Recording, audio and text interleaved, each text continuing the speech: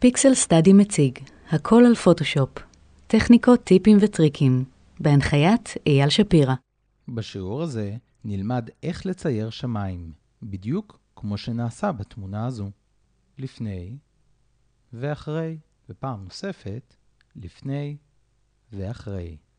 אז בואו נתחיל. השלב הראשון הוא להגדיר את אזור השמיים. את זה נעשה על ידי Select ובחירה ב-Color Range. עכשיו, נוודא שה-Fuzziness מוגדר על ערך של 100 וה-Localized Color Clusters לא מסומן. עכשיו, נעשה קליק בודד על אזור השמיים השרופים ונאשר. בדיוק כך. עכשיו ניצור תיקייה ונוסיף לאותה התיקייה מסכה על ידי קליק על כפתור המסכה. הוספת מסכה כאשר יש סימון פעיל מגדירה כי האזור המסומן יצבע בלבן והשאר בשחור. שלב זה נעשה בגלל שציור השמיים מצריך עבודה עם מספר שכבות, וטכניקה זו מגדירה שכל השכבות שנמצאות בתוך הקבוצה מוגבלות על פי המסכה של אותה הקבוצה. הסבר מפורט על מסכות אפשר למצוא במילון המונחים.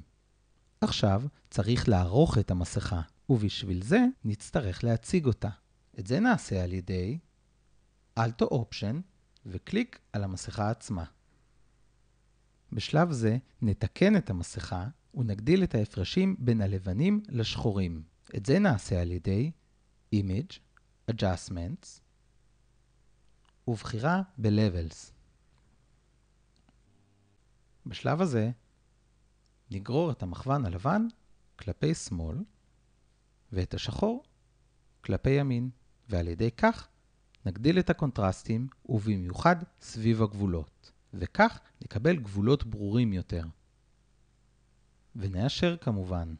ועכשיו, עם מברשת, בצבע שחור, נצייר על האזורים הלבנים הפנימיים באזור התחתון של המסכה.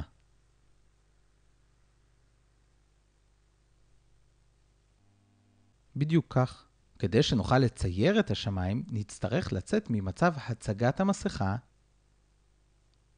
על ידי Alt Option וקליק על המסכה.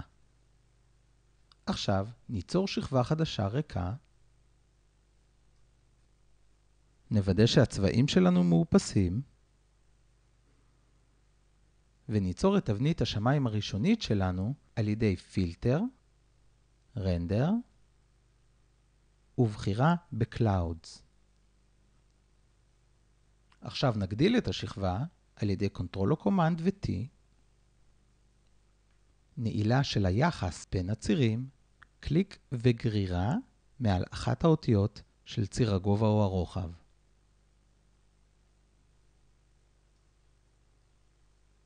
עד שמקבלים גודל עננים הגיוני, ונאשר כמובן. בשלב הזה נוסיף צבעוניות לשמיים, ואת זה נעשה על ידי יצירת Adjustment Layer מסוג Hue Saturation, נגדיר Colorize עם Hue גוון של 220 בשיטת שילוב מסוג Color, ונאזן אותם על ידי יצירת Adjustment Layer נוסף מסוג Levels, ונגרור את המכוון השמאלי באזור ה-Output Levels כלפי ימין, ואת המכוון של האפורים נגרור קצת כלפי שמאל. ועכשיו ניצור גרדיאנט.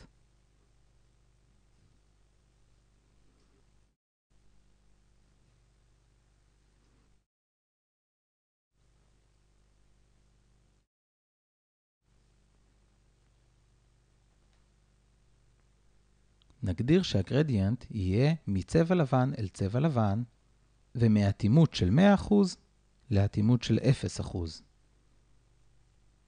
נאשר את סוג הגרדיאנט, נגדיר לו סקייל של 50%, ונזיז אותו כך שיתאים לצרכים שלנו, על ידי קליק וגרירה כלפי מעלה באזור של התמונה עצמה. ונאשר כמובן. עכשיו נבחר בשכבת השמיים, ובעזרת ה-Move Tool נמצא את המקום הכי מתאים. דבר נוסף שכדאי לבדוק, האם הוספה של הפרספקטיבה לשמיים תוסיף לתמונה. ניצור העתק של השמיים, אבל רק אלה שמופיעים בתוך הפריים עצמו. בשביל לעשות את זה, נסמן את כל הפיקסלים שמופיעים בתמונה על ידי Ctrl או Command ו-A, ונשכפל אותם לשכבה משלהם על ידי Ctrl או Command ו-J.